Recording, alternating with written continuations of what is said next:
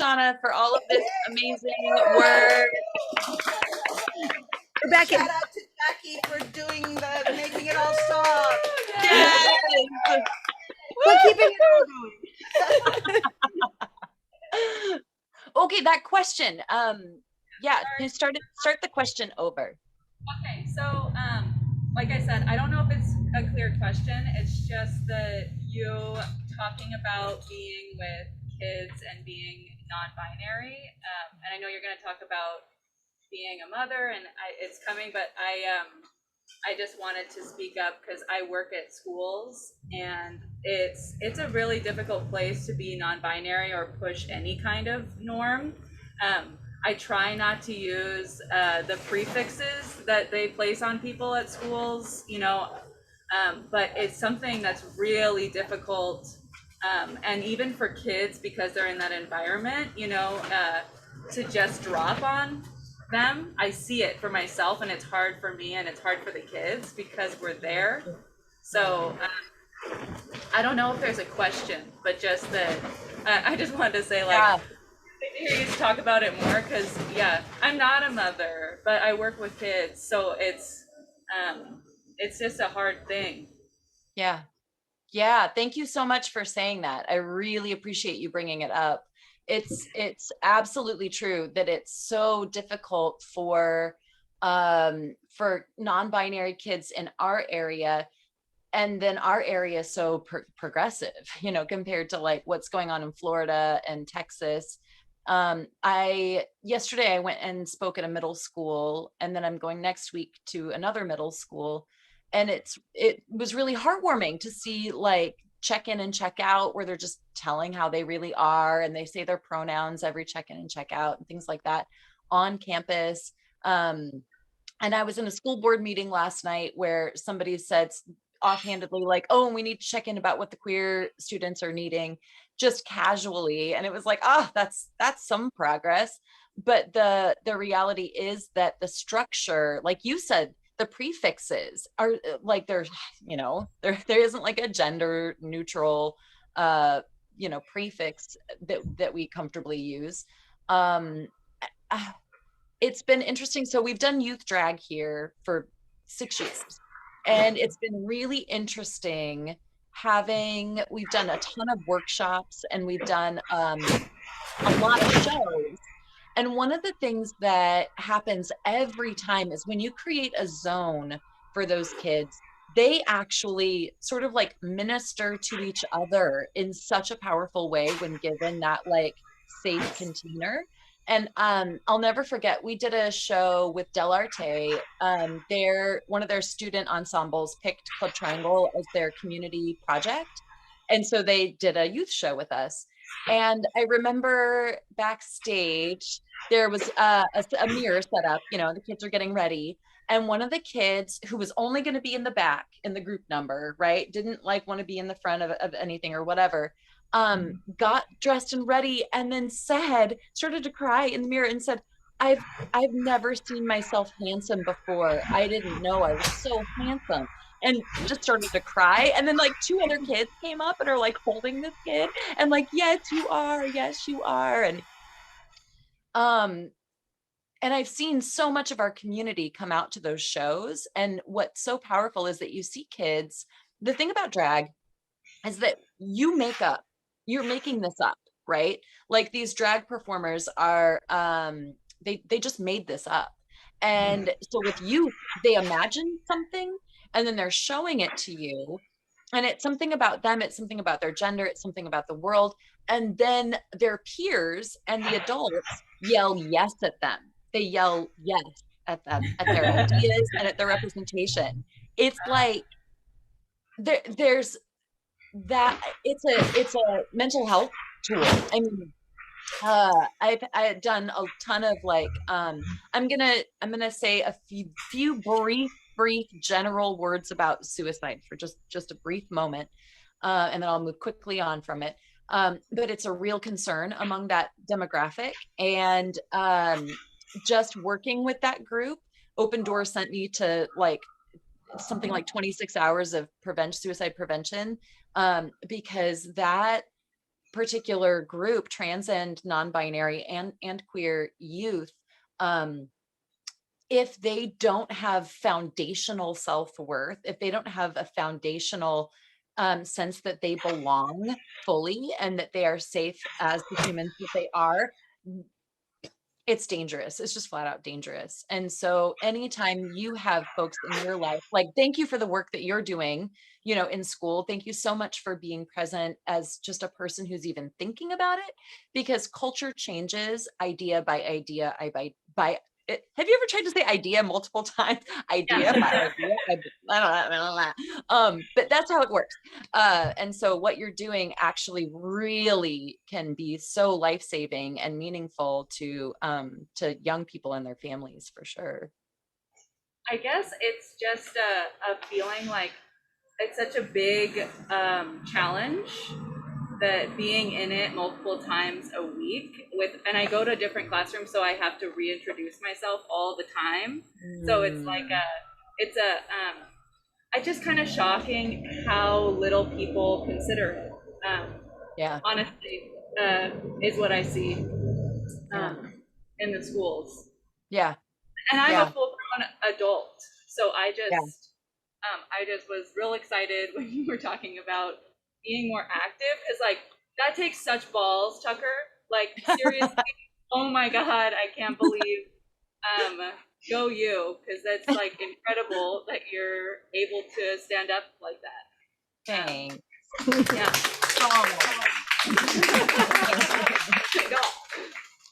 Thanks. That's so sweet. And do you know about Humboldt IPA Wellness? They have pride groups that are going and, building little units in schools, and yeah, maybe, and if you have more thoughts and things like that on any of this stuff, anybody can email me or message me. The best ways are on Instagram, or it's TuckerNoir@gmail, just kind of easy to remember. But if we want to continue that conversation at all, or talk about resources or anything, yeah. Thank you. Yeah. Yeah. I'm going to talk for just a minute about motherhood. And then I will come back to opening up to thoughts and questions again. So I told you that when I started drag, it was almost 9 years ago, and I'm a mother of 5, and my youngest was 2 when I started. Actually, Shoshana, would you mind muting it for just a moment? Because I think the wind is kicked up and the flaps are making flappy sounds louder. Thanks. So the in 2017, so it's been 5 years now, I became a single mother all of a sudden. And I want to talk about that, because what I learned was that there are very few reachable resources for a mother who has no family in town and is actually like a single mother, no other no second parent at all. And so things like the things that you might not think about are the food banks are open, but during working hours. So as a mother, I had to take time off of work, which I needed the money, to go to the food bank. And I will say also, one time when I went to the food bank, I came home and the milk was all expired, and it was very sad. Everybody who volunteers at these things are doing the very, very, very, very best they can. But still, things like that happen. You get home all the dairy products, and then you can't feed it to your family. And it was kind of crushing. If you don't have a house, you can't get a job. If you don't have a job, you can't get a house.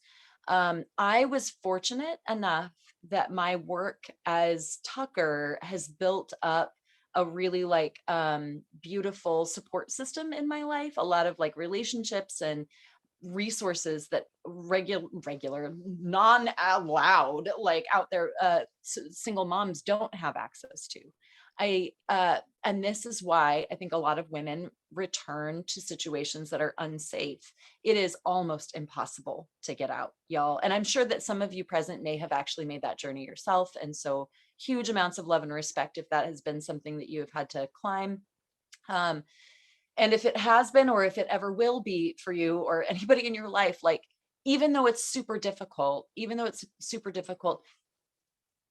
is possible. It is possible.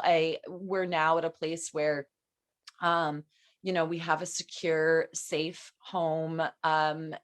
It's too small. I mean, it's like way too small for a giant family, but it doesn't matter. It's more than what most of the world has. We struggle, pinch every single penny. Again, more than most of the world has. And we, have had to sort of reset our standards for what comfortable living is. Um, and we spent a year without a home. We had to move from couch to couch to couch to couch, just loving friends, until I could get a job and housing to line up at miraculously the right time.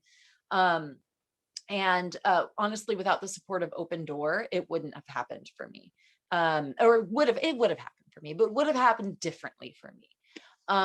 So if there are single parents in your world, or you encounter them, y'all, just give them more love and respect, and see if they need tea or whatever.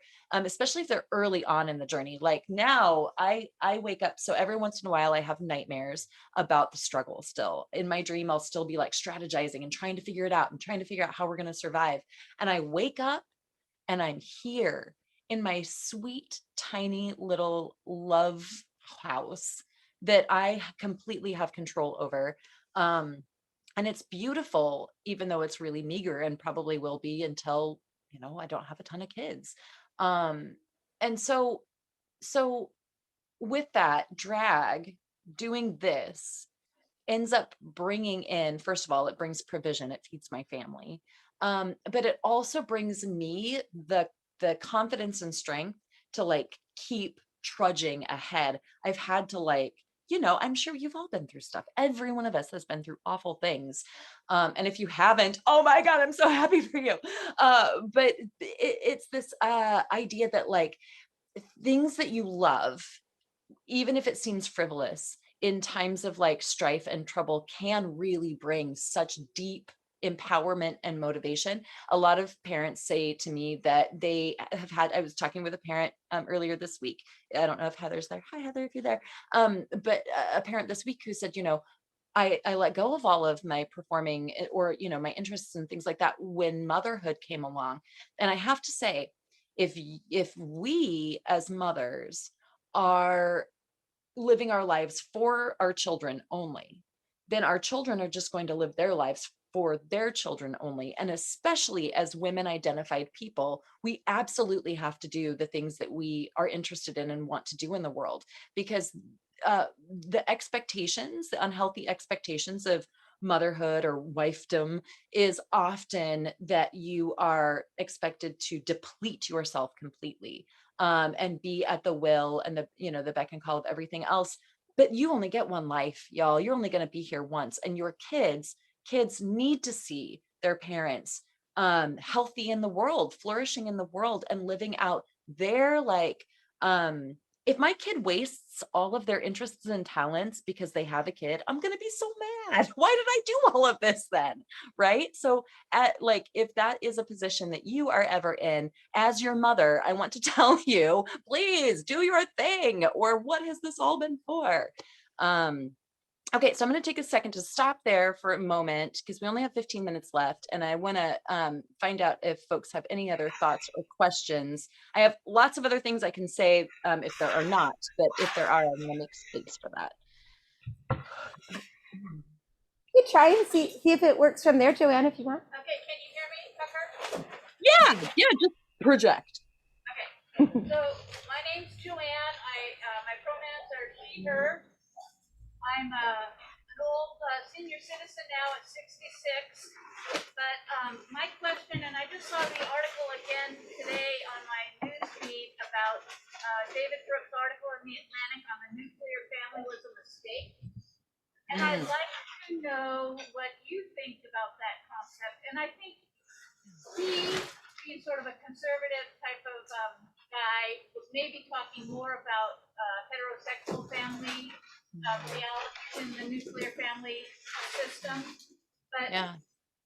I'm a single nulliparous. I've never had children, never wanted them. But I'd love to be part of something bigger than me. And the nuclear family kind of gets in the way. So I'd like to see what your thoughts are about nuclear family. Yeah, that's such a great question. I think that that idea of sort of the mother, father, and 2.3 kids, wasn't that always the thing? He had 2.3 kids. Was was really driven into us largely as a Western or American idea.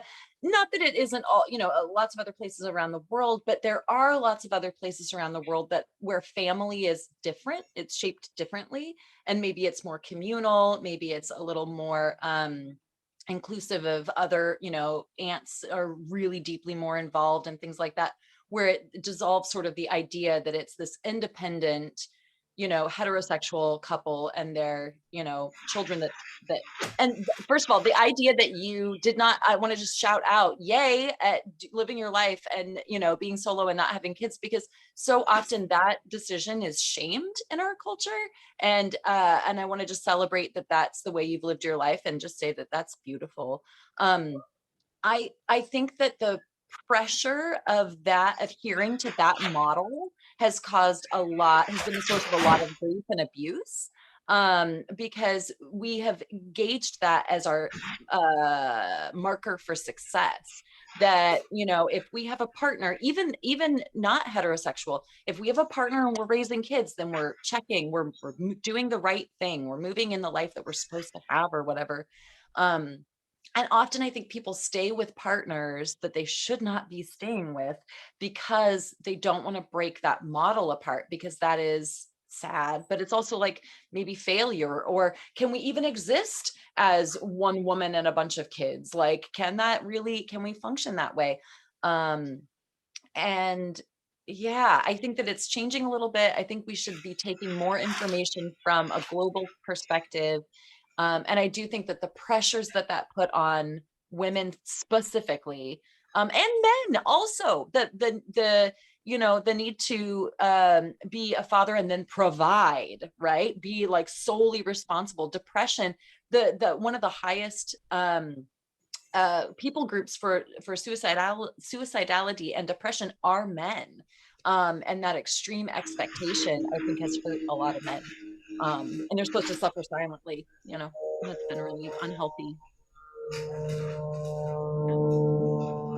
Did you have any follow-up thoughts or questions with that?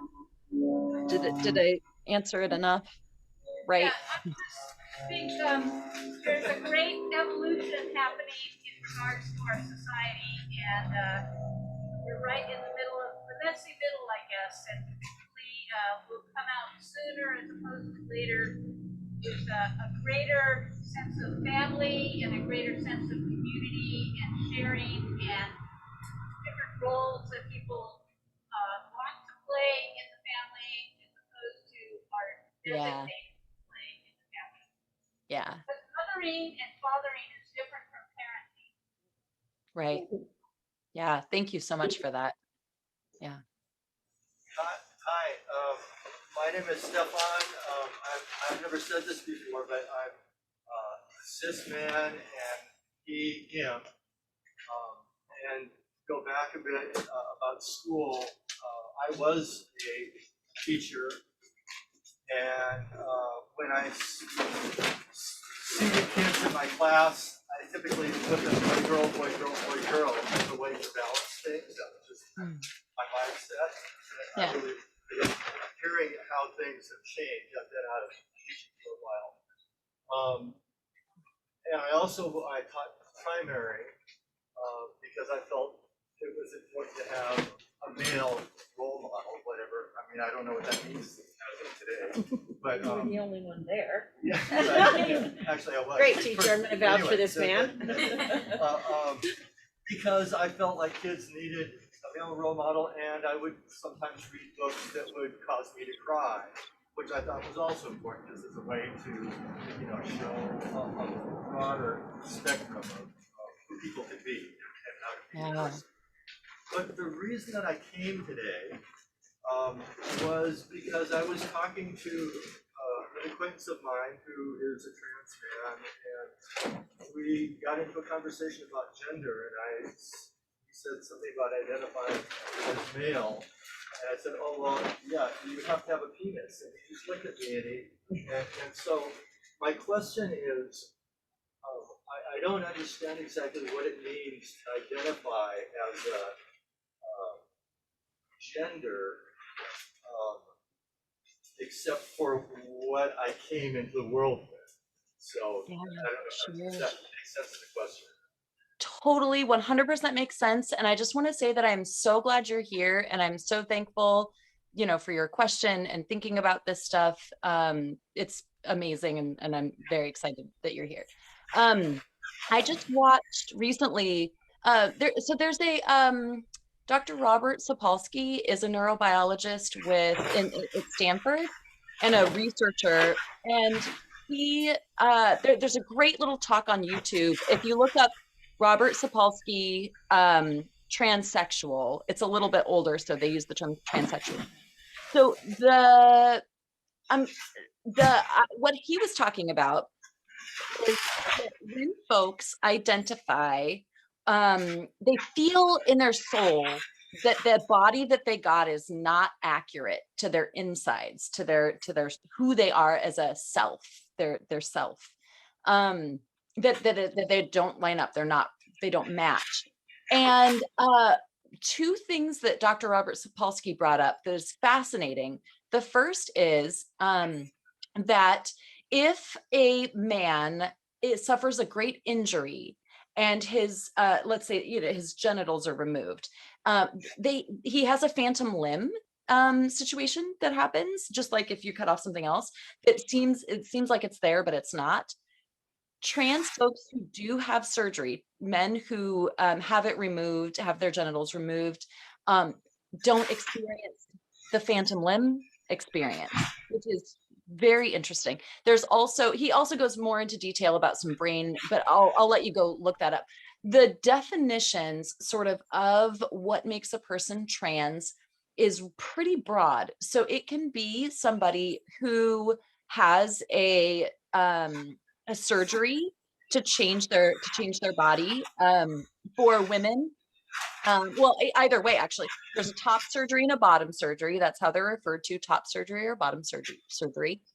Not all transgender people will have that surgery or want that surgery, because a lot of folks feel like, well, yes, this is the body I have, but I'm a woman. Like, on my insides, I know beyond a shadow of a doubt that I'm a woman. And so what we do a lot in the queer community is that we identify that, like, the idea that maybe some women have penises and some men have breasts, and I don't know your body. I don't know what all the people's bodies are like. But if you tell me that you're a woman because that resonates correctly, it really doesn't matter fully doesn't matter what the genitals are. People can, they say transition, people can move from the one gender to the other without any body modifications at all whatsoever and still be fully considered the new gender. If you want to talk more about that, though, because I know this is like quick, please email me. Again, I'm so open to any thoughts and questions, reflections, questions that come up later. TuckerNoir@gmail, because I'd love to continue that conversation. There's a lot to it. Thank you so much for coming and asking that. So I have a question. I have one of my daughters is in the process of getting a divorce, and she has three kids. The youngest is 17, the others are in their 20s. She's so afraid of being on her own, and maybe the kids aren't going to have their swimming pool that they're used to and the space that they're used to. And I'm curious if you could stay without, invading your privacy. about what that was like in terms of the family cohesion bonding to go through all that stuff. Yeah. Terrified of it. Yeah. Thank you so much for that question. Yeah, it is terrifying. What was that? Sis? No, okay. It's terrifying definitely before anything starts to happen, because you ask yourself, is it that bad really? Is it so bad that I really have to upend everything? Would that be worse? Am I going to cost my children their security and comfort for what? Is it worth it?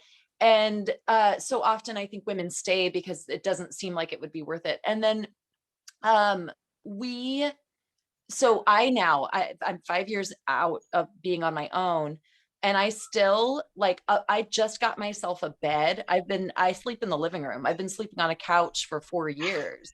And I don't have a bedroom. I don't have privacy. My kids, we're crammed in a space, and I am thrilled. I've never been happier. I have never, ever, ever experienced this kind of joy in my life, because when I wake up in the morning, I decide what's happening with my day, and I decide peace and calm and loving things. My house is goofy. I have balloons all over my floor right now. I have like unicorn things taped to my walls. Like, my house is ridiculous. This is like it's silliness. It's just really because I like it, and it makes me happy. And my kids they were sad and shocked, and afraid at first, but they didn't lose me at like in any way, shape, or form. They gained a new level of energy from me, and our love has increased. And I yeah, it's so, her fears are so real and valid. But it is, I would live with even less if I could live with this kind of freedom and peace and self-worth and self-respect. You'll do great. Your kids aren't little, make it easy. Any other questions? Aubrey. I just wanted to follow up with your comments about the questions about gender identity. And there was a really good definition that there's a great speaker on YouTube. Her name is Natalie Wynn. She's a trans woman who does a channel called ContraPoints. I would highly recommend looking it up. Joanne, you probably like it. And she talked about a trans man or a trans woman is someone who is assigned a different gender at birth than the gender they live in socially. So if I was a trans woman, I am living socially as a woman. I think that's a really important emphasis to say that it's about how you want to be treated in your day-to-day life and how you think of yourself in your day-to-day life. That's all I was saying. Yeah, thank you for saying that. And one of the things we see is that stress, depression, anxiety, and suicidality is reduced if a person is treated as the way they envision themselves, the gender that they envision and feel like themselves. It reduces, they feel like they're living a congruent life, that the way they're treated and the way they see who they are the same. And so it's so important to do little simple things like, if you say the wrong pronoun, one of the things not to do is to be like, oh, it's just so hard. It's okay. Just be like, he, blah, blah, blah, they, da, da, da, da, da, right? Like my youngest shared with me that they like she, they pronouns. And I even have to remember to still use the they pronouns periodically. Like I don't, it's not automatic. But just the effort means everything. Just a good faith, loving effort really means everything. Yeah. Any other thoughts or questions before we're already When's at your next show? When's your next show? So Club Triangle is coming back soon. We were the very first event. We were the first event in Humboldt County to close down. And because of the nature of our shows, everybody's just clustered together screaming. It's just screaming faces up against each other. And so we said we were definitely going to be like the last thing to come back. And so we're going to be doing some fun stuff this spring at Northcoast Repertory Theater, where it can be seated apart, because that's one of my other jobs, and managing the theater over there. And so soon, not soon enough for me. It's killing me, y'all. I like, yeah, soon, I hope. Yeah. Thanks for being here, everybody. And like I said, please email me if you have any thoughts. Thank you again to Shoshana. Thank you to Jackie and Zero to Fierce Playhouse Arts. Sue, thanks for tuning in on the Zoom. It's good to see you. I'm glad you're here. You can catch Tucker on, you can catch Tucker on Humboldt Hot Air Saturday morning. Oh yeah. Those are on Humboldt Hot Air. So yes, I do 2 radio shows. The first one Saturday mornings at 10 o'clock is Mother Tucker, and it's just me. And I try to get into some like meaty thinking and feeling about thoughts, things, processing things with some music. And then after that is a show from noon to 1, Boy Division. It's more of like a sassy 80s music history type thing. But on Hot Air as well? Humboldt Hot Air, both? Yep. Both. Nice. Yep. Yeah. You just get on, you just look up the website and then click stream. Or if you have an iPhone, you can use, there's an app you can actually download. HumboldtHotAir.org. You can also find it at arcadaplayhouse.org. Yes. Yeah. Thanks also for to Arcada Playhouse for that station. It's really amazing. And D-Dub too. Yeah. Oh yeah, me too. And D-Dub has to get back to work, right? You're on your lunch break. Thank you again so much, y'all, and reach out for anything, and we can connect and keep any conversations going. Keep enjoying the Zero to Fierce Festival. It's amazing. And I'm sending out, I even brought confetti just for you. All right. Lots of love. Bye, friends. Thank